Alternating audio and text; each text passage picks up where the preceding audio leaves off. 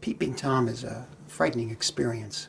It's also a thrilling one because it gets close, very close to the heart of the impulse deep within filmmaking. I mean, to make films, to make images and stories from those images, other imagined worlds, really, it's exciting and intoxicating, which means that can get a grip on you, and unless you're very careful, it won't let you go. To capture someone's image on camera is a very powerful act. We've forgotten that now since we're so overrun with images here in the Western world. There's a reason why taking someone's photograph is still forbidden in some cultures.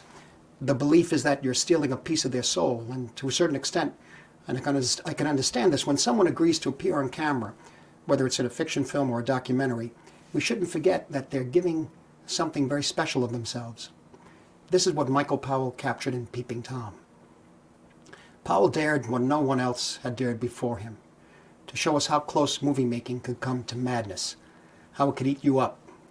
He was telling an extremely uncomfortable truth, something that nobody really wanted to know, on top of which he was doing it in a spectacular luridism color, images that almost recall the covers of porno magazines.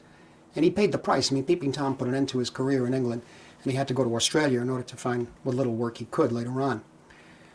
When I saw Peeping Tom, my first reaction was, could this have been the same man who made the red shoes, made this picture? Could that be? But then, of course, I realized that there was a very strong link between the two pictures, just as there's a sort of vital continuity running throughout all of Michael's pictures, with and without Emmerich Pressburger. Michael was always showing us how necessary art is and how far it can drive you in your passions. And he was also showing that it could consume you if you weren't careful. In a sense, Peeping Tom was his last word on the matter. It's also one of his greatest films.